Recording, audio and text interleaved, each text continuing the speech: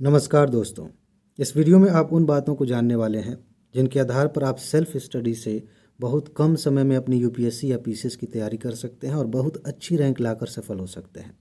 लेकिन सबसे पहली बात जानने लायक यही है कि आप ये समझ लीजिए कि कोई भी इंसान जब तक सेल्फ स्टडी नहीं करेगा, कोई भी कोचिंग उसे सफलता नहीं दिला सकती। हर व्यक्ति जो सफल होता है वो सेल्फ स्टडी से ही होता है। कोचिंग करिए, चाहे किसी से गाइडेंस लीजिए, ये बस छोटी छोटी बातें होती हैं जो हेल्प करती हैं। पढ़ना आपको खुद होता है, लेकिन अगर खुद से पढ़ना है और सही तरीके नहीं पता है तो आप भटक सकते हैं और आपका समय बर्बाद हो सकता है, अटेम्प्ट ख़राब हो सकता है। इसीलिए एक एक पॉइंट समझिए और उन पर काम करिए, फिर देखिए आपको किसी भी कोचिंग की, किसी भी गाइडेंस की ज़रूरत नहीं है, आप आसानी से सफल हो जाएंगे। इसमें सबसे पहली बात यह है कि आप जिस भी परीक्षा की तैयारी कर रहे हैं, चाहे यूपीएससी की बात हो या कोई भी पीसीएस एग्ज़ाम हो, आप सबसे पहले उस एग्ज़ाम के पैटर्न को समझिए, उस एग्ज़ाम को समझिए। बहुत सारे लोग बस इतना ही जान लेते हैं कि हाँ आईएएस बनना है, कौन कौन सी किताबें पढ़नी चाहिए, ख़रीद के लेके आ गए और पढ़ना शुरू कर दिया, लगता है कि तैयारी हो रही है। ऐसे तैयारी नहीं होती। आपको एग्ज़ाम के पैटर्न को समझना होता है। और इससे मेरा क्या मतलब है, आप सिलेबस देखिए। सबसे पहले सिलेबस देखने से पहले तो आप यही देखिए कि एग्ज़ाम का स्ट्रक्चर कैसा है। प्रीलिम्स किस तरह का होता है, उसका लेवल कैसा होता है, मेंस कैसा होता है, इंटरव्यू का लेवल किस तरह का है, ये थोड़ा समझना होता है। इसके बाद से आप सिलेबस देखिए कि सिलेबस में कौन कौन से टॉपिक्स हैं, जीएस के, ऑप्शनल के, हर तरह से हर लेवल पे आप सिलेबस देखिए, प्रीलिम्स का, मेंस का। इसके अलावा आप पीवाईक्यू देखिए। ये देखिए कि किस तरह से प्रश्न पूछे जा रहे हैं, किस एंगल से प्रश्न पूछे जा रहे हैं, कौन से टॉपिक्स ऐसे हैं जहाँ से बार बार प्रश्न पूछे जा रहे हैं। उसके बाद आप सही मायने में मजबूत बेस बनाते हैं जिसके आधार पर आप तैयारी करेंगे। वरना बस ऊपर ऊपर से किताबें पढ़ने से कुछ नहीं होगा। बहुत सारे लोग हैं जिनके पास खूब ज्ञान है, सफलता नहीं मिलती। इसीलिए पहला स्टेप ये है कि आप एग्ज़ाम को अच्छे से समझिए, उसके पैटर्न को समझिए, और जैसे ही आप ये समझ लेते हैं आपके लिए बाकी काम आसान हो जाता है। इसमें एक मजबूत चीज़ होती है जिसको हम बेस पे ही रखेंगे कि ये भी एक बेस ही है, कि आपके पास एक स्टडी प्लान होना चाहिए जो प्रैक्टिकल हो। कई बार ऐसा होता है कि हमारा मन बहाना करता है कि यार प्लान बनाने की क्या ज़रूरत है, वैसे ही चल रहा है। बिल्कुल ठीक बात है, प्लान बनाना अनिवार्य नहीं है। ऐसा नहीं है कि आप प्लान नहीं बनाएंगे तो फेल हो जाएंगे, लेकिन ये ना आपकी तैयारी को स्ट्रक्चर्ड कर देता है। आपका समय इधर उधर नहीं भटकता। जैसे मान लीजिए कि आपने एक प्लान बनाया एक हफ्ते का, कि एक हफ्ते में आप क्या क्या पढ़ेंगे। एक विषय कंप्लीट हम पढ़ लेंगे, उसका उसकी शॉर्ट नोट कुछ बना सकते हैं, कुछ चैप्टर्स की रिवीजन कर लेंगे। इस तरह से आपने एक हफ्ते का प्लान बनाया, मान लेते हैं। और एक दूसरा है कि आपने कोई प्लान नहीं बनाया। यहाँ पर पहले ऑप्शन में संभावना ये है कि आप कुछ काम करें, आधा काम हुआ, आधा नहीं हो पाया और सप्ताह जो है पूरा हो गया, लेकिन फिर भी आपने अच्छा काम किया। लेकिन अगर आपके पास कोई प्लान नहीं है तो हो सकता है कि किसी दिन आप भूगोल पढ़ रहे हैं, किसी दिन हिस्ट्री पढ़ने का मन कर दिया, किसी दिन आप करंट अफेयर पढ़ रहे हैं, किसी दिन कुछ करने का मन नहीं कर रहा, दिमाग इधर उधर भटकता रहेगा, समय बर्बाद हो जाएगा। इसीलिए आपके पास एक प्लान होना चाहिए। तो अपनी क्षमता को ध्यान में रखते हुए सिंपल प्लान बनाइए। सबसे बड़ी दिक्कत ये होती है कि हम अपनी औकात से ज़्यादा बड़ा प्लान बनाते हैं और पहले दूसरे दिन में धराशायी हो जाते हैं, काम नहीं होता। फिर लगता है कि प्लान बनाना बकवास चीज़ है। प्लान बनाना ख़राब नहीं है, आप अपनी क्षमता से ज़्यादा का कुछ करने करने के बारे में सोच रहे हैं। आप जितना कर सकते हैं उससे कम रखिए। इसी से कॉन्फिडेंस आता है, तभी आप उस पे आगे बढ़ पाएंगे। अगर आपको लगता है कि कल हम 8 घंटे पढ़ सकते हैं, कोई बात नहीं, कल आप 5 घंटे का ही प्लान बनिए कि हम 5 घंटे पढ़ेंगे। अगर आपको लगता है कि हम एक विषय पूरा का पूरा पढ़ सकते हैं तो शुरू में रखिए कि हम आधा ही पढ़ेंगे, 2 दिन में उसको पूरा करेंगे। इस तरह से आप प्लान बनाएंगे, आपका कॉन्फिडेंस बढ़ेगा और प्लान भी आपका स्ट्रक्चर्ड वे में आगे बढ़ेगा। वरना सारी चीज़ें बिखरी रहेंगी, पढ़ाई नहीं हो पाएगी। ये बहुत ज़रूरी चीज़ है अगर आप सेल्फ स्टडी करते हैं तो। क्योंकि जो लोग कोचिंग करते हैं, जाने अनजाने में उनका एक प्लान बना रहता है कि हाँ भाई अभी ये विषय चल रहा है, इसको पढ़ाया जा रहा है, इसके बाद दूसरा विषय शुरू हो जाएगा, इसके बाद टेस्ट होगा। हर चीज़ एक स्ट्रक्चर वे में कोचिंग में चलती है, तो उसका एक बेनिफिट होता है। आप सेल्फ स्टडी कर रहे हैं, भले ही आपने कोचिंग छोड़ी, हो सकता है कि आपने पहले कोचिंग की है फिर छोड़ दिया है, तो भी आपको उसी के अनुसार चलना पड़ेगा। आपके पास जितना भी समय है, 6 महीने, साल भर, 2 साल, उसी हिसाब से आप स्ट्रक्चर बनाइए, उस पर काम करिए। छोटे छोटे हिस्सों में बांट दीजिए प्लान को, तब आप देखिए आपकी तैयारी आसान हो जाएगी। वरना सब कुछ बिखरा रहेगा, कुछ समझ में नहीं आएगा, समय बीत जाएगा। समझ रहे हैं? इसके बाद एक चीज़ और है जिस पर आपको ध्यान देना चाहिए। इस समय रिसोर्सेज बहुत ज़्यादा है। आज से कुछ साल पहले, लगभग 5-10 साल पहले, यूपीएससी की तैयारी के मामले में ये कहा जाता था कि हिंदी मीडियम से अगर आप हैं तो आपके पास रिसोर्स नहीं है। अब हिंदी मीडियम में भी है, इंग्लिश मीडियम में भी बहुत सारी चीज़ें हैं, और यही एक समस्या बन गई है कि आपके पास एक ही विषय की हज़ारों लाखों किताबें मिल जाएंगी, नोट्स मिल जाएंगी, मैगज़ीन मिल जाएंगी, बहुत कुछ है। आपको ये समझना पड़ेगा कि आपके रिसोर्सेज एकदम ऑथेंटिक होने चाहिए और ऐसे होने चाहिए जहाँ से ज़्यादा आउटपुट मिले। नई बात समझ में आई? फिर समझाता हूँ। जैसे मान लीजिए एग्जाम्पल के तौर पे मॉडर्न हिस्ट्री आप पढ़ते हैं, ऐसे ही नॉर्मली आपके दिमाग में स्पेक्ट्रम आ जाता है कि अगर मॉडर्न हिस्ट्री पढ़नी है स्पेक्ट्रम पढ़ेंगे, या पॉलिटी पढ़नी है तो हम लक्ष्मीकांत पढ़ेंगे, ज्योग्राफी पढ़नी है तो भूगोल पढ़ लेते हैं। क्यों? उसमें क्या खास बात है? क्या भाषा बहुत बढ़िया है, या उसमें बहुत अच्छे अच्छे चित्र बनाए गए हैं? क्या है उसकी खास बात? यही है कि उससे क्वेश्चंस ज़्यादा आते हैं बाकी किताबों की तुलना में। इसका मतलब ये नहीं कि आयोग वही देख के बनाता है, उन्होंने लगभग सारे महत्वपूर्ण टॉपिक्स कवर किए हैं और संशोधन होते रहते हैं, उसमें नया एडिशन आता रहता है। तो इसीलिए आप अपने जो रिसोर्सेज हैं उन्हें सोच समझ के चुनिए। हम तो अपने मेन चैनल पे IAS PCS मास्टर पे आपको दिखाते हैं। यूपीएससी के लिए आप देखिए 4 साल में हमने सबूत दिखाया है। टॉप 300 सीरीज चलती है और वहीं से कट ऑफ से ज़्यादा मार्क्स के क्वेश्चन आ रहे हैं। तो इस तरह से आपको चुनना होता है कि कौन सा ऐसा रिसोर्स है जहाँ से कम हम अपना इन्वेस्ट करें समय, अपनी एनर्जी, और ज़्यादा से ज़्यादा क्वेश्चंस वहाँ से आ जाएं। इसे पहचानना कोई बड़ी बात नहीं है। एक बार जब आपने ये लिस्ट बना ली है तो उसी पर स्टिक रहिए, उसी पे रुके रहिए, उसी को पढ़िए, उसे ही बार बार रिवाइज करिए, घोल के पी जाइए। अगर आपने एक विषय पढ़ लिया, उस विषय की दूसरी किताब खरीदने का मन कर रहा है तो समझ जाइए कि आप भटकेंगे। पहला विषय भी भूल जाएगा समय के साथ, दूसरा भी तैयार नहीं होगा। इसीलिए अपने रिसोर्सेज बहुत सोच समझ के चुनिए। किसी के कहने पे एक्साइटमेंट में आके किताबें ना खरीदिए, और लाइब्रेरी बनाने की कोई ज़रूरत नहीं है। पहले के ज़माने में लोग इसका फैशन बनाते थे, उसका अपना लाभ होता था, नुकसान होता था, उसको छोड़िए। आज के समय में जितनी कम किताबें हों उतना आपके लिए अच्छा होगा। ठीक। इसके बाद एक और चीज़, अगर आप सेल्फ स्टडी कर रहे हैं तो आपके लिए बहुत ज़रूरी है कि आप इंटरनेट का बहुत समझदारी से इस्तेमाल करें, क्योंकि आजकल बहुत सारी चीज़ें ऐसी हो गई हैं जो किताबों में नहीं मिलती, या उस तरह से नहीं मिलती जैसे होनी चाहिए। हो सकता है कि कंसेप्ट बहुत जटिल है, पढ़ना ज़रूरी है। जैसे मान लीजिए कुछ लोगों को इकॉनमी पढ़ने में बड़ी दिक्कत होती है। अब उस चैप्टर को जहाँ पढ़ने में समझने में दिक्कत हो रही है, आप चैट जीपीटी से पूछ सकते हैं, यूट्यूब पे अलग से सर्च करके देख सकते हैं, गूगल पे सर्च कर सकते हैं, गूगल जेमिनाई है उस पर सर्च कर सकते हैं, और बहुत आसान भाषा में उसे समझ सकते हैं। पहले इस तरह की दिक्कतें थी कि आप ज़्यादा मतलब ऑनलाइन सर्च करेंगे, ज़्यादा कुछ मिलता नहीं था। आज एआई का ज़माना है, उसे आप अपनी पढ़ाई में शामिल करिए, इसके बिना काम नहीं चलेगा। किसी दिन मैं, आप कमेंट करिएगा, ज़रूरत होगी आपको तो, मुझे तो लग रहा है कि ज़रूरत है। किसी दिन मैं बताऊंगा कि यूपीएससी की तैयारी में, पीसीएस की तैयारी में एआई का इस्तेमाल आप कैसे कर सकते हैं। बहुत ज़रूरी है। आपकी जो मेहनत है लगभग 90% कम हो जाएगी, और मैं बहुत सोच समझ के कह रहा हूँ। लगभग 90% तक आपकी मेहनत कम हो सकती है अगर आपने एआई को अपनी तैयारी में जोड़ा तो ये चीज़ आप करिए। इंटरनेट का सिर्फ रील देखने से कुछ नहीं होगा, उसका सही इस्तेमाल करिए और अपनी तैयारी में उसे शामिल करिए, फिर देखिए आपकी तैयारी कितनी स्मार्ट होती है। ठीक। इसके बाद सेल्फ स्टडी में एक और बात शामिल है कि अगर आप अपनी नोट नहीं बनाते तो आप पिछड़ जाएंगे। आपके पास शॉर्ट नोट होनी चाहिए। किताबें आप पढ़ रहे हैं, बहुत अच्छी बात है, बार बार रिवाइज़ कर रहे हैं, बहुत अच्छी बात है, एग्ज़ाम के समय भी रिवाइज़ करना चाहिए, ये भी अच्छी बात है। लेकिन किताबों से कुछ चुनिंदा चीज़ों को निकाल करके अलग आप नोट करेंगे ही।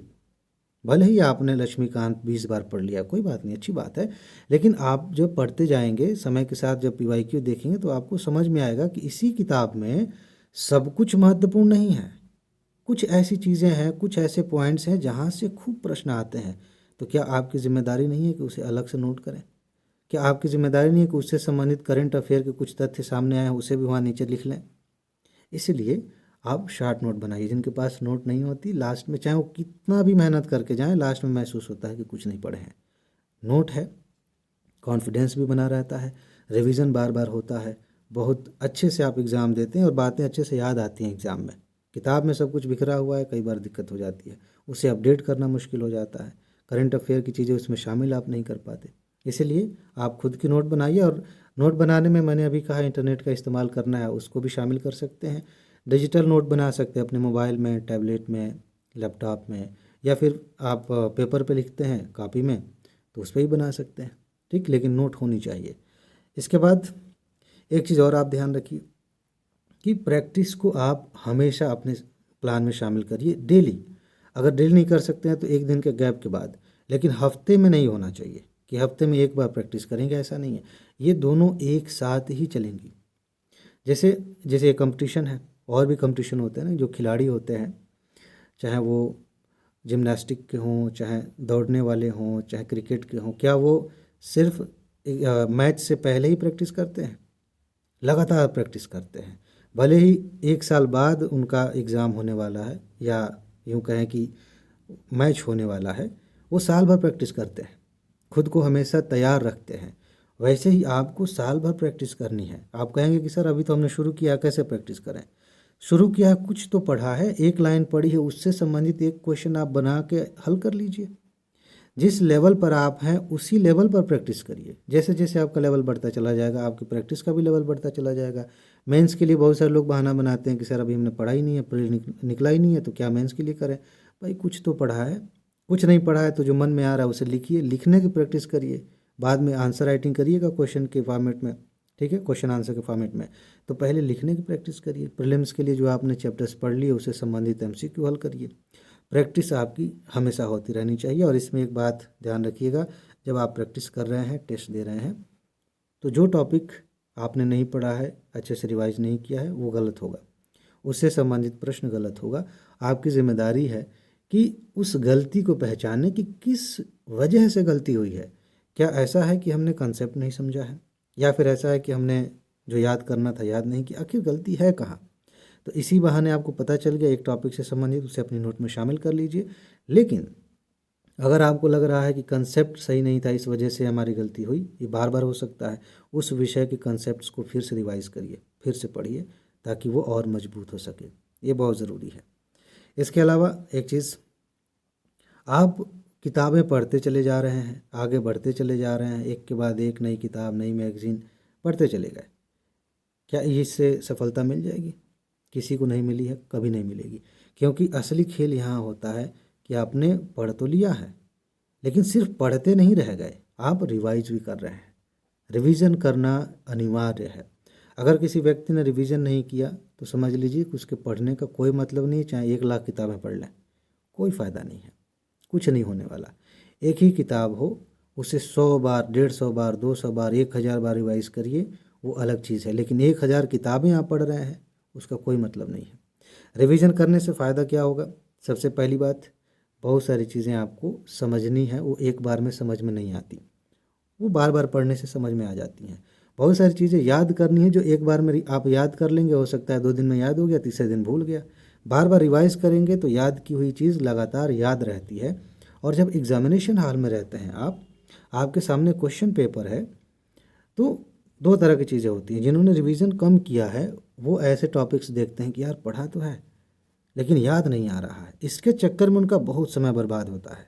आपने रिवीजन अच्छे से किया है तो जो टॉपिक्स आपने पढ़े हैं उनको 1-1 सेकंड में, 2-2 सेकंड में हल करते हुए आगे बढ़ जाएंगे। जो आपने बिल्कुल नहीं पढ़ा है उसके बारे में सोचने, समझने, गेस करने का मौका मिलेगा। वरना क्या होगा, जिसे आपने पढ़ा है उसी में जूझ रहे हैं, तो जिसके बारे में आपने नहीं पढ़ा उससे आप क्या करेंगे? उसको तो आप गलत ही करेंगे या फिर छोड़ेंगे।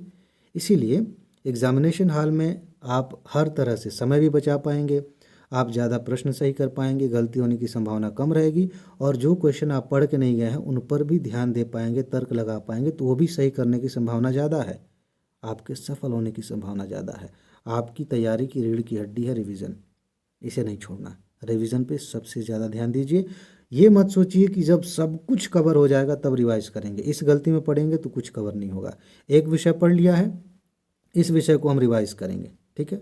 एक विषय पढ़ें, इसको रिवाइज करते रहेंगे और दूसरे पे काम करते रहेंगे। दूसरे में हमने एंट्री मार ली है, इसको पढ़ रहे हैं, लेकिन इसको हम रिवाइज भी कर रहे हैं। ये भी पूरा हो गया, अब तीसरे पे आ गए, अब इन दोनों को हम रिवीजन में शामिल कर ले रहे हैं, तीसरा पढ़ रहे हैं। ऐसे आप करिए।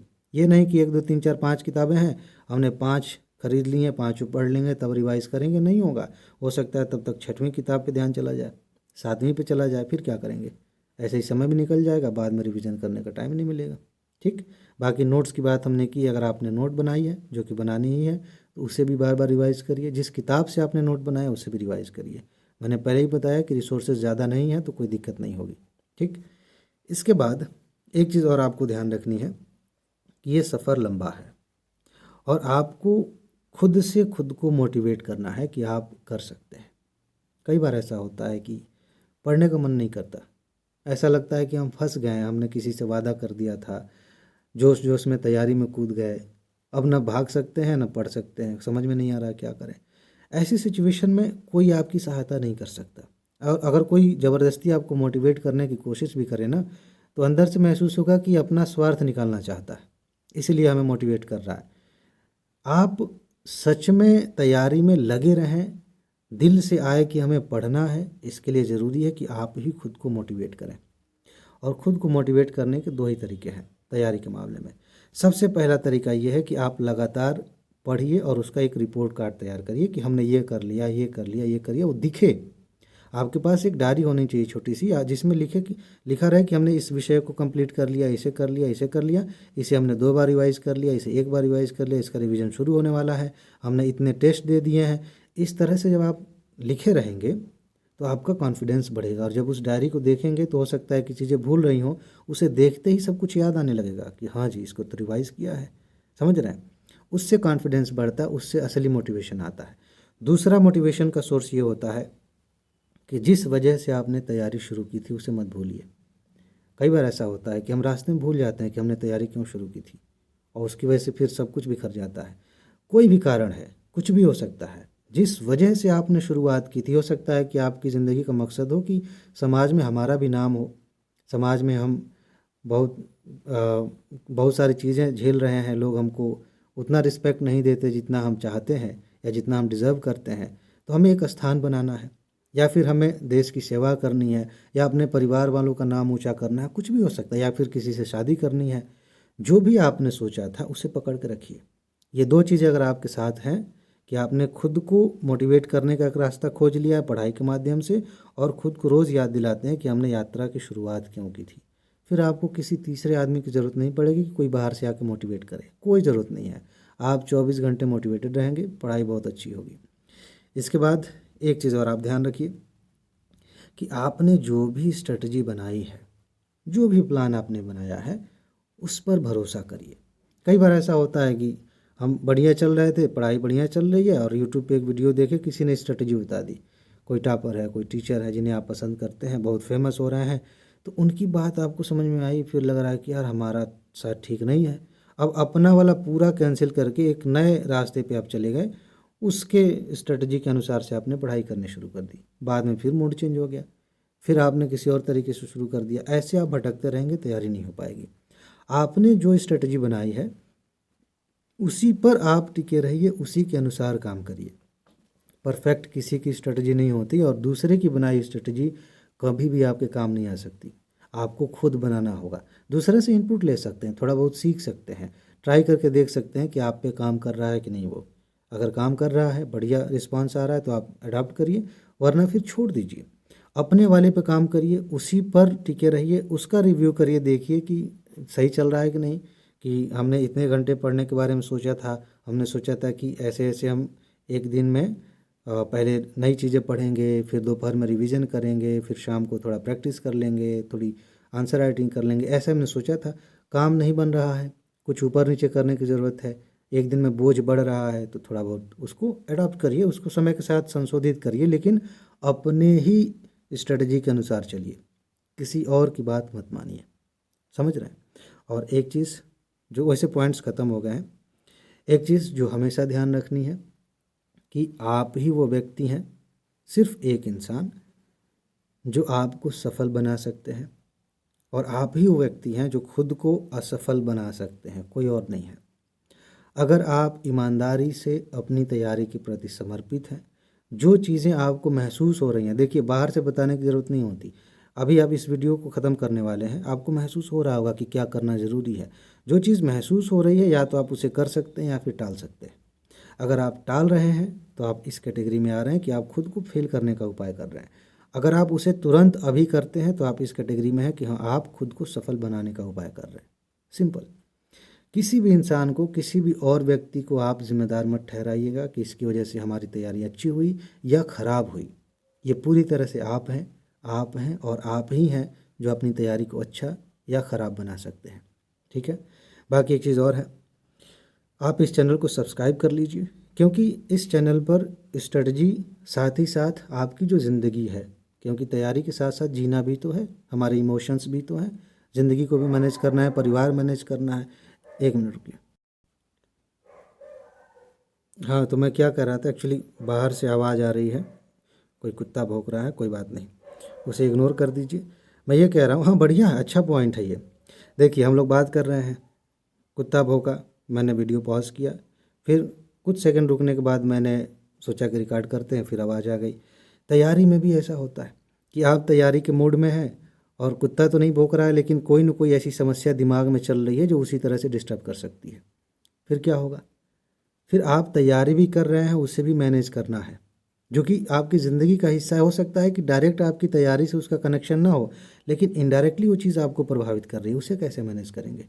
उस पे भी हम वीडियोस लगातार लेकर आएंगे, लगातार हर तरह से मैं आपको गाइड करूँगा। इसलिए आप चैनल को सब्सक्राइब कर लीजिए।